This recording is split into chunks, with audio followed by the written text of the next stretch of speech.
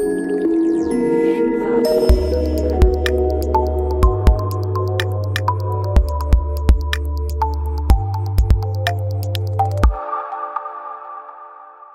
afternoon. My name is Shashikiran Revankar. Currently, I am working with Samsung Semiconductor India Research as Associate Technical Director.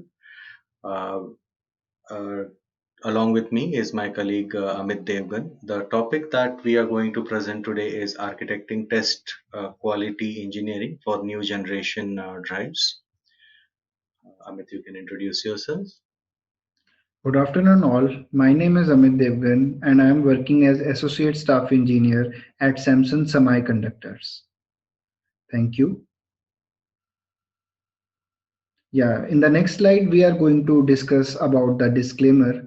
So, the type of NVMe drives mentioned here are the generic NVMe technologies which are available in the market, and the test architecture discussed in this presentation are for illustration purpose only. So the next slide discusses about the agenda. So Shashi, can you please help in describing about that? Thanks, Amit. So, the agenda of this talk is we are going to talk about mainly the broad level of NVMe devices that are present today. So, we will be giving a brief overview of the different type of NVMe devices. Then we will be talking about the approach for testing these devices and what are the main focus areas for each of these devices.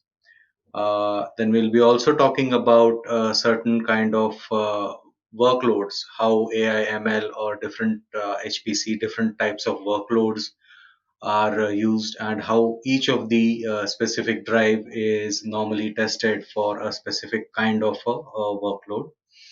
Apart from that, we'll be talking a little bit about the test framework, the test architecture, the test platforms, where how we are using virtualization or QEMU for test infrastructure. At the end, we'll be talking about the automation framework of how we are going to use the automation framework. Yeah, thank you, Shashi, for that. So we are going to discuss about architecting quality engineering for NVMe, Smart SSD, GPU, NVMe Direct, and NVMe over Fabric. So, coming towards the evolution of NVMe SSD, we can see in the year 2011, NVMe Express specification 1.0 was published. Then, if we see during subsequent years, the milestones was achieved. Like in 2012, we see the specification 1.1 was released, and in 2014 year, we have seen that NVMe specification 1.2 was released. And then during the years, it was the year when NVMe over specification kicked off specifically. Then in year 2015, we have seen NVMe management interface specification was officially released. Then in 2016, NVMe over Fabric specification got extended, and there were other protocols like NVMe Ethernet, Fabric channel, Fiber channel, and InfiniBand was basically introduced. And this is how the NVMe got evolved during the years. And in 2018 to 20, we see the new and latest spec which is currently available is NVMe 1.4B. For NVMe MI, it's 1.1B, and for NVMe over Fabric, it's 1.1. So this is how the NVMe got evolved during the years, and this is the timeline which we have described here. So moving towards the next slide, it talks about types of NVMe and interfaces which are available. So Shashi, you can please help us describing about these interfaces. Thanks. So, as we have seen that the NVMe spec has evolved over the years, but in the recent years, a lot of specialized NVMe have come. This is because, as we know, that the most common issues that everyone is trying to solve in NVMe is endurance, trying to reduce host write amplification factor. Apart from that, a lot of specific NVMEs are trying to solve the QoS problem, the noisy neighbor problem. So with these, there are multiple branches of NVMe that are evolving. So the first one I would say is the generic NVMe that everyone is using. The next one is because the type of performance NVMe is giving. NVMe over Fabric is evolving as one of the fastest protocol for any kind of a remote or storage disaggregation. So NVMe over Fabric also has mainly three different type of variants, that is NVMe over RDMA, NVMe over fiber channel, and now the new one that is evolving is NVMe over TCP. We'll touch base upon these in one of the slides. Apart from that, KV SSD is evolving for object store or key value database. Prominently, if you see databases like RocksDB or any kind of in-memory databases, this talks about completely getting rid of the file system and the block translation layer or the FTL layer, which improves the efficiency in multiple ways. Open channel SSD is a different approach to SSD where it tries to talk about the flash management or the garbage collection kind of operations within the host layer. Another type of NVMe that is evolving now is the zone namespace NVMe, which also tries to solve issues related to write amplification, over provisioning, and endurance.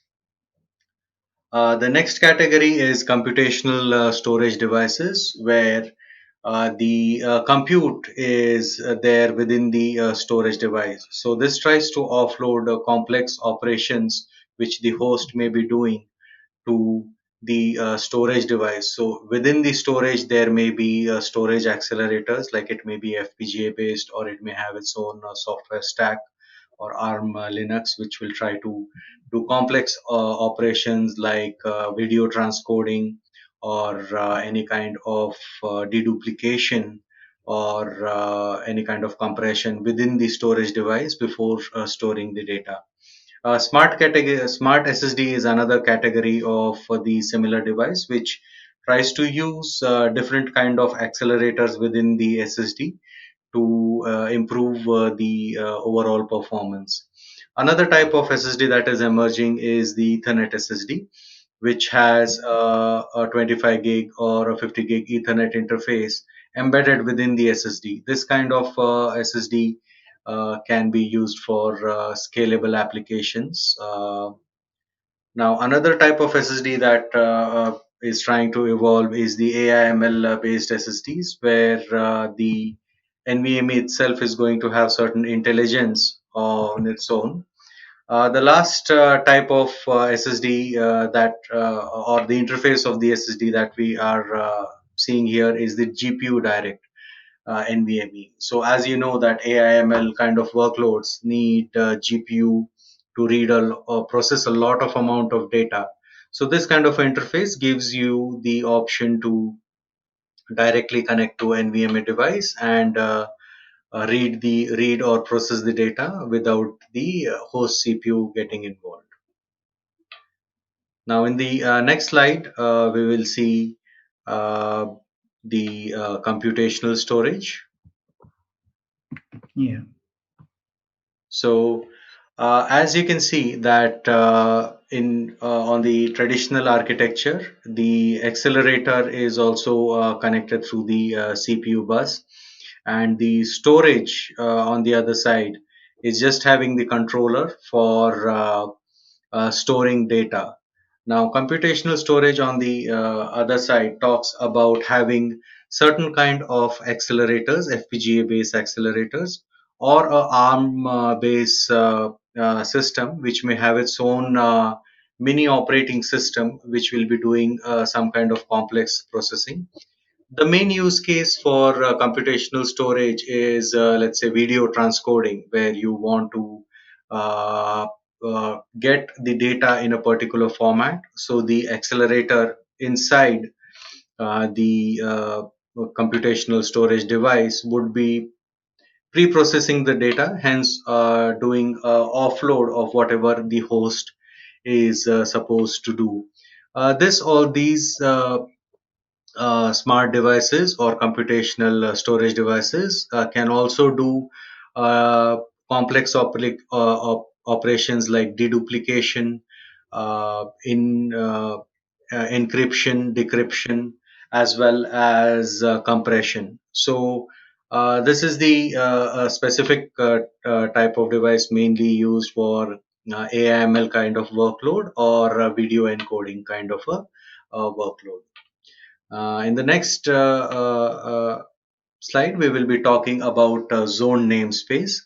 So, zone namespace basically tries to have different a zone for specific block size, and the way this tries to reduce write amplification is by having a more serialized way of writing. So before writing on a device, it will try to reduce the randomness of the I/O by putting it in different zones. So the main advantages of a zone namespace device is it reduces write amplification factor drastically, since the data is written on in specific zones according to the block size, according to the application where it tries to store. This reduces the amplification factor by a lot. Another advantage of zone namespace is it reduces over provisioning. As you know that most of the SSD devices or NVMe devices have over provisioning factor of around 30%.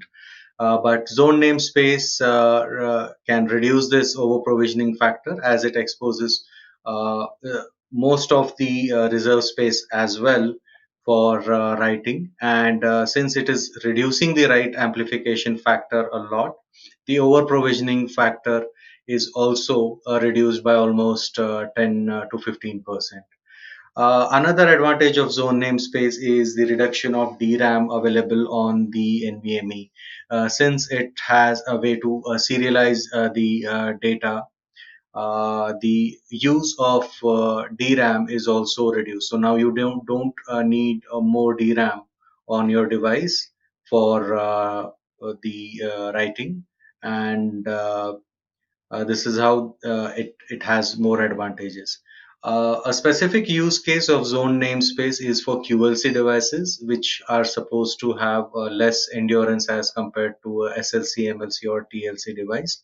So, zone namespace with the correct implementation is able to get the similar performance and endurance that a TLC device can provide.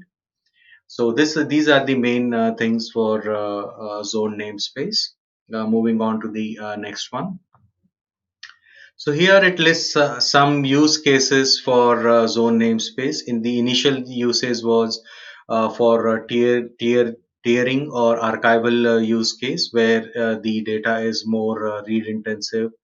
You can use, but with time, the improved design, you're also able to match it up to the TLC device. So now it can be used for structured log or database file system.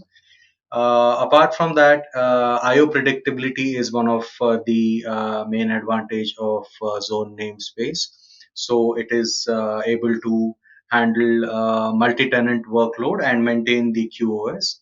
It addresses the noisy neighbor kind of issue, where a heavy workload on one of the dies on the zone namespace does not affect the performance of the uh, other dies or the other stream.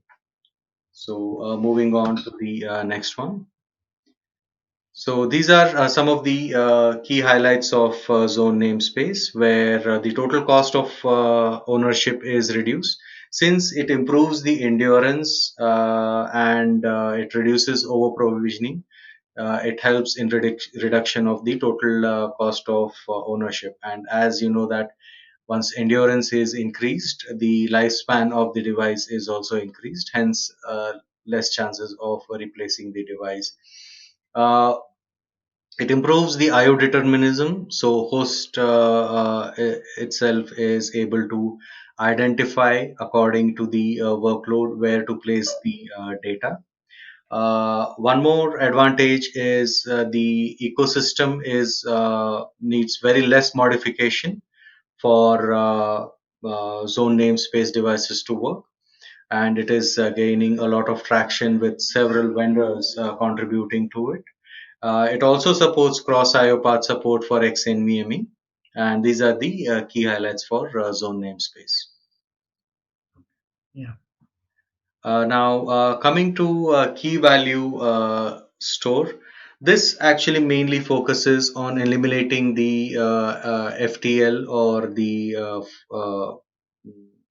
flash translation layer plus the file system. So, key value store is mainly based on object store, where the database itself, database specifically like RocksDB, is aware of where it is going to write the data and where it has written the previous data.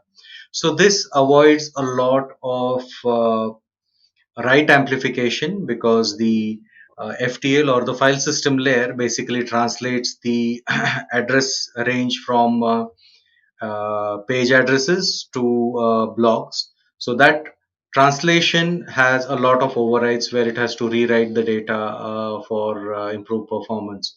So KVSSD basically eliminates this complete translation layer. So a lot of host amplification is reduced. Hence, it also improves the endurance. Apart from that, it also reduces the over provisioning factors since there is less host write amplification, which increases endurance, hence the less need for over provisioning. The main use cases, moving on to the main use cases of KVSSD, some of the benefits that we have mentioned, it reduces it removes the translation layer completely, hence improving the write performance, improving the provisioning overhead, and one more advantage is the key value pair may be unique across that system, which may have multiple KVSSDs. So this helps in also the scaling factor for the performance. Moving on to the next one, where since Samsung has contributed a lot to KV SSD for KV Ceph as well as for KV ROX, this also includes specific test suites which are there for KV SSD. Normally, most of the companies do contribute to open source for these things, but also on the test side there is, we see a very less contribution. So Samsung is also trying to contribute towards developing a complete test suite where it will be very helpful for the customers to use KV Ceph or KV ROX along with the product. Now, talking specifically of another interface, that is the GPU Direct NVMe storage. As we know that AI ML workloads are mostly required for machine learning and that is the artificial intelligence, where it needs to process huge amount of data, maybe like image match or image search kind of a data, where it extensively requires a GPU. And the traditional storage that involves is the PCI switch going through the CPU host. This interface now is developing to have the GPU interface directly with the SSD. So now it can process much more data than uh, the going through the host route. Moving on to the next one. So here there is a comparison of multiple types of NVMe, and Amit will explain it in detail. Yeah. So basically, here we are seeing what specific feature sets are available for different type of NVMe drive devices and interfaces. So we see talking specifically about application awareness. So we see it is supported by Smart SSD, Key Value SSD, and Zone Namespace. And the application awareness is all about that your drive knows about the type of data access patterns, and it can helps to increase the performance as it is aware about the application which is running some sort of specific data patterns. And next feature we are going to discuss is acceleration. So acceleration is specifically supported by Smart SSD. Then we speak about reduced data related CPU load, improved write endurance, fewer protocol transmissions, minimum device virtualization, fewer slack translations, metadata optimization, scaling of data bandwidth, and minimizing the number of SSD per chassis. So if we see in this chart, we have defined that what specific feature is supported by what kind of drives, and that becomes our key test area while we are qualifying such drives. So on the right hand side, if we see, we have mentioned the key focus test area and what kind of specific application should be tested for these kind of new generation drives. So specifically when we are talking about Smart SSD, the key test focus area for those drives are in compute, dedupe, data processing, and the applications which needs to be used are AI ML applications, big data applications, and media streaming. Then next type of drive is Ethernet SSD, and the key test focus area for such drives are your scalable applications. Coming towards the specific applications which needs to be tested, it is Ceph, Lustre, and any high performance computing application which you can leverage for these kind of drives. Then third type of drive is key value SSD. Endurance and performance is the key test focus area for such drives, and the applications which you can leverage for such drives is KV-ROX and KV-Ceph. And fourth kind of drive is zoned namespace drive. And the key test focus area for those drives is archival, log IO, IO predictability, and the applications which can be leveraged for these drives is log structure DB and archival applications. So we would be discussing more about these applications and how they are classified, and we would be discussing more about them in the subsequent slides. So in the subsequent slides, we are also going to discuss about our approach for functional, negative, performance, and compliance test. So in this slide, we are going to discuss about key considerations which should be kept in mind while we are designing any functional test suite. So a functional test suite is conducted to evaluate the compliance of a system or a component with a specific functional requirements. So you can create mind maps specifically for the features which are supported by the drives, and then the test scenarios can be derived through them. A robust test plan is a key test factor for strategizing the functional test suite. And to do the test coverage and compatibility coverage, you need to have a robust functional test suite. So these are some of the key considerations which needs to be taken care for designing the functional test suite. So moving towards the next slide, we talk about designing the negative test and what are all kind of different failure or error injection levels which needs to be tested or which needs to be taken care. Hardware failure, the components like power supply, drives, interconnects, interfaces.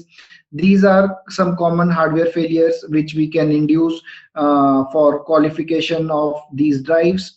We can perform network failures specifically in terms of network, cable, RNIC, and NIC based on your system under the test. An example of error injection levels includes error injection at firmware stack, network stack, hardware stack, and OS stack. Moving towards the next slide, we are going to discuss about compliance test suite which needs to be taken care while you are qualifying these new generation drives. So specifically, University of New Hampshire Interoperability Laboratory conducts some specific compliance tests for NVMe, NVMe over Fabric, and NVMe MI specifications. And the kind of products they qualify is NVMe SSDs, NVMe MI, NVMe fiber channel, and it's Rocky and NVMe over TCP. So here one point to mention which is very important is that organizations can invest in in-house to perform compliance tests as per their requirements. So they can build up their own test suites which would be catering their specific requirements in terms of compliance test. So moving towards the next slide, we are going to discuss about some key considerations which should be taken care while we are designing any performance test suite. So the first consideration is preconditioning of drives. So discussing here, we would like to introduce a concept, fresh out of box drives. And while we are qualifying such drives, a preconditioning needs to be done for the drives before testing them for the performance testing. And the performance disk for these drives, we can leverage the tools like IO generation tools. And with these IO generation tools, you can test with the various combinations and permutations of IO depth, block size. And then there is one important factor which needs to be taken care, which is software rate performance for evaluating any performance matrices. And you need to evaluate the rate performance on those drives. Performance tuning with various parameter needs to also be taken care, considering the network stack, number of initiators, number of disks, etc. Application benchmarking, such as application benchmarking with DB and Ceph, also plays an important role while you are considering your performance test suite. The one of the important outcome here is identification of performance bottleneck, which needs to be taken care while we are designing any performance test suite. So in the next slide, we are going to discuss about performance benchmarking and what all different kind of approach you can do while you are doing a performance benchmarking. So I would request Shashi to throw some light on this slide. Yeah, thanks, Amit. So, as we have known that in the storage industry, there are specific benchmark suits for the traditional storage arrays. Now, SPC is one of the most used performance benchmarking. That is the Storage Performance Council benchmarking. It has a different type of benchmarking for each kind of a load, right from the component level, that is the device level, to a complete scalable storage array. These are specific benchmarks for different category. Now, looking at SPC1, it is basically based on OLTP kind of workloads, which is similar to Exchange, that is the Microsoft Exchange, or similar messaging environment. SPC2 is for distinct workloads for large file system processing large databases and database queries like video on demand. Apart from SPC, there are OLTP database benchmark tools like HammerDB and other prominent tools, which basically test your database performance. A database may be SQL, NoSQL kind of database, where the benchmark is for TPC kind of benchmark, which simulates a population of users which are executing transactions against a database. TPCE benchmark deals with workload, which is like modeling brokerage firm or transaction related to trades and accounts kind of a database. Now, TPCH deals with decision support benchmark simulating ad hoc queries and concurrent data modifications. So, based on the type of commercial application or the kind of workload, these benchmarks simulate multiple or thousands of users doing transaction and give the performance on the benchmark. So while doing a performance benchmarking with NVMe, these kind of tools can be used for specific databases. Coming to high performance computing, things like Lustre, Gluster, and other HPC applications. IO 500 benchmarking is used for such applications which need high performance devices, high performance networking capabilities. So IO 500 is the standard benchmarking tool for such applications and scalable applications. Apart from that, there are industry standard benchmark which use FIO, VD tools, which are the common performance benchmarking tools used to publish the benchmarking results. Moving on to the next one. Yeah. Uh, yeah, so Amit will explain about different types of workloads here. Yeah. So in this specific slide, we are going to discuss about AI and ML multimedia based workloads, and we are going to discuss how we interpret these workloads. So when we talk about workloads, it's collection of discrete IO stream, which is observed at various software stack. So in this specific presentation and slide, we have categorized the workloads into 5 major categories. So if you can see, workload can be classified as a write intensive workload where the read write ratio would be RW0, and classification of such applications could be AIML application and high performance computing application. Then next kind of workload is read intensive workload where the read write ratio would be 100, and classification of such applications which fall under such category of workloads is media streaming, because the media streaming applications are read intensive. Mixed workloads or OLTP workloads, the read write ratio for such workloads is RW65, and classification of the applications could be DB, which could be SQL, NoSQL, in memory, and web applications. Fourth kind of workload is video on demand workload, which is sequential in nature, and read write ratio for such workloads is RW90.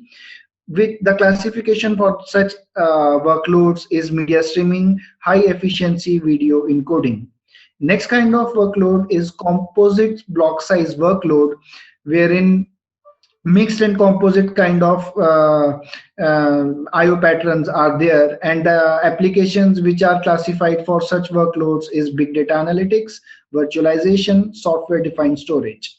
So moving towards the next slide, we have tried to categorize the kind of applications which are available, and we can broadly classify the applications into DB, software defined storage, containers, media streaming, virtualization, artificial intelligence, machine learning, high performance computing workloads, and big data analytic workloads.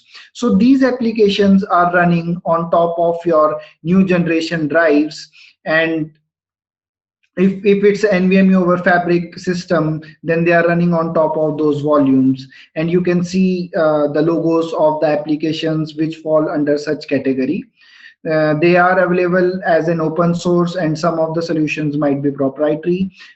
So this is how we can classify the various applications, and these applications needs to be qualified for the new generation drives. And important part here to discuss in the next slide is how we deploy these applications for the new generation workloads. So we are giving example of NVMe over Fabric deployment, where we have deployed media streaming application, we have deployed Lustre, and we have deployed Ceph. So these applications are running on your new generation drives, and you can see how the application traffic and NVMe over Fabric traffic flows when these kind of applications are deployed in the data centers. So this is a generic test environment, and it may differ for different NVMe drives, different test scenarios in terms of scalability, longevity, stress, or other kind of load stress. So moving towards the next slide is a very important slide wherein we are going to discuss about the test architecture for new generation drives. So I would like Shashi to throw some light on this presentation. Thanks, Amit. So this slide basically talks about a generic test infrastructure or test architecture and the different phases which we can go through for testing these new generation devices or new generation NVMe over fabric reference architectures. So the first phase is obviously the build validation, where the product is in the early stages and it needs that there is continuous development going on of the product or the reference architecture. This involves mechanisms of CI/CD, nightly builds, and sanity testing, where more focus is on the basic functionality, if it is working or not. So sanity testing is mostly done on a nightly basis. So all this process can be automated using CI/CD tools like Jenkins. Also, the development of a test platform, where you may be limited with the number of resources you have in terms of hardware availability. So, virtual test platform can be used or leveraged, which we will talk about a little bit in detail in the next slide. In the testing phases, in the second phase, you basically have the functional test suite, the system level test suite, and the negative test suite. So all of this can be automated using generic test frameworks using Python, Selenium, or any kind of a test framework like PyTest, which are generic, and this may involve a lot of other automation components, which we'll talk about later. Once the device or the reference architecture has passed a phase where it is able to do the normal expected behavior, then comes the application testing. So here we install the real world application like Ceph, Lustre, or hypervisor based workloads, and test the complete system or the device along with the application. After this phase, that is the solution testing or the application testing phase, you normally try to publish the benchmark of the device. So this includes the standard SPC1 performance benchmarking, the OLTP database benchmarking like HammerDB. For high performance computing, you would be doing the IO 500 kind of a benchmarking, and the industry standard benchmark tools like FIO, VDBench, or any other kind of benchmarking to publish the performance numbers. So these performance numbers are normally taken in a highly tuned environment for performance. And just to mention that the system under test here can be any of the generic NVMe devices or Smart SSD or ZNS or KV, or a reference architecture box of NVMe over Fabric.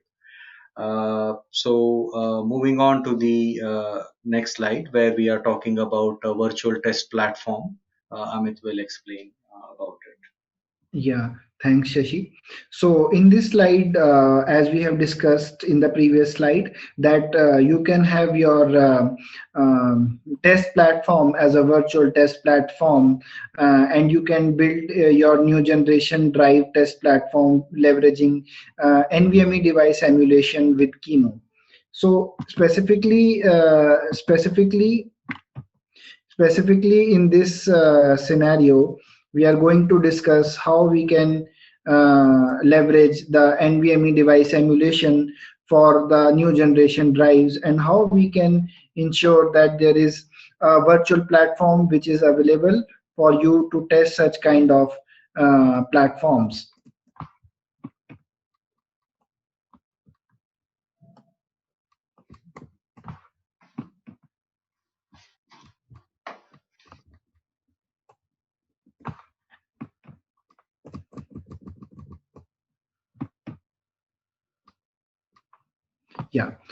Yeah. So the here in this architecture, you can see we have a Linux KVM, we have QEMU packages, and we have QEMU flat files.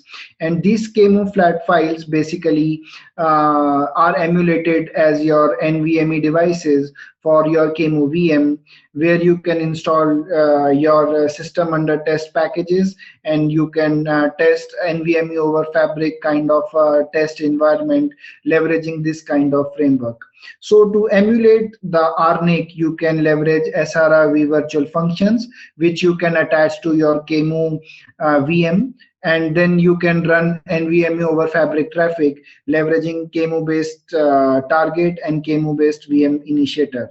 So one important point to note here is KVM or QEMU based VM have emulated NVMe drives, which can be leveraged as a virtual target, and RNIC emulation is done attaching SRIV virtual functions. So such kind of test platforms can be leveraged to perform functional tests for your system under test or the firmwares before the actual drive is available for the test, and it can really help to reduce the total cost of ownership for building the test platforms. So moving towards the next slide, we are going to discuss about some key considerations which needs to be taken care while designing an automation framework. So here in this slide, we see a generic automation test framework which can be leveraged for system under test for ZNS, KVSSD, or some new generation test drives. So when we talk about automation framework, there are some essential components for an automation framework, which is the framework layer, automated test suite layer, automation test scripts, your configuration files, the common libraries, logging and reporting. So here in this specific architecture, we can see that there is a automation test scripts which is controlled through the core automation framework. After the execution of the tests which are written with the help of the core framework, the logs are getting stored and reports are getting generated with this framework. And while you are running your test, you are running your test day and night on the multiple drives. You really would like to do some sort of analysis on your drives or on your logs. So you can leverage ELK stack for the log analysis, where in the case with the help of Kibana, you can do the visualization of the logs, and you can try to derive some meaningful results for from with the help of your logs. Like you can derive the build maturity, or you can analyze more on the failures, or how is your product evolving. You can leverage ELK stack for that requirement. So one point important to note here is that these kind of frameworks can be customized and enhanced for catering the test requirements for different SSDs and different NVMe over Fabric test environments. So in the next slide, we would like to share the conclusion which we have discussed during this presentation, and I would like Shashi to explain the conclusion part here.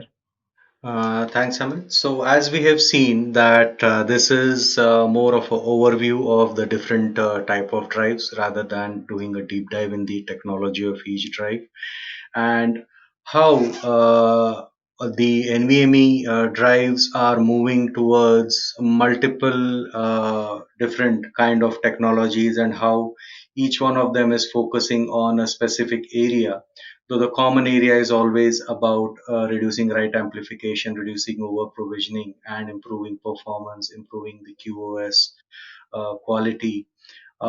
Each of them are trying to solve it for a specific area. Some of them are trying to go for more scalability. Some of them are trying to go for in storage compute. So these are the different classifications.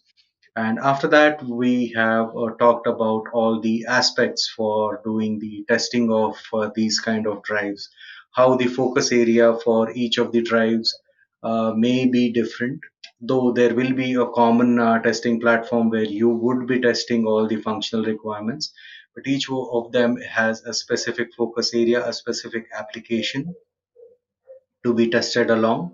Then we have also seen how using a virtualized environment can reduce your total cost of ownership, as well as it can help you to do a left shift testing where you may not have the hardware actually required for the product, but still using a QEMU environment and SRIOV kind of a platform, you can build a NVMe-oF reference architecture virtually and do the complete functional testing.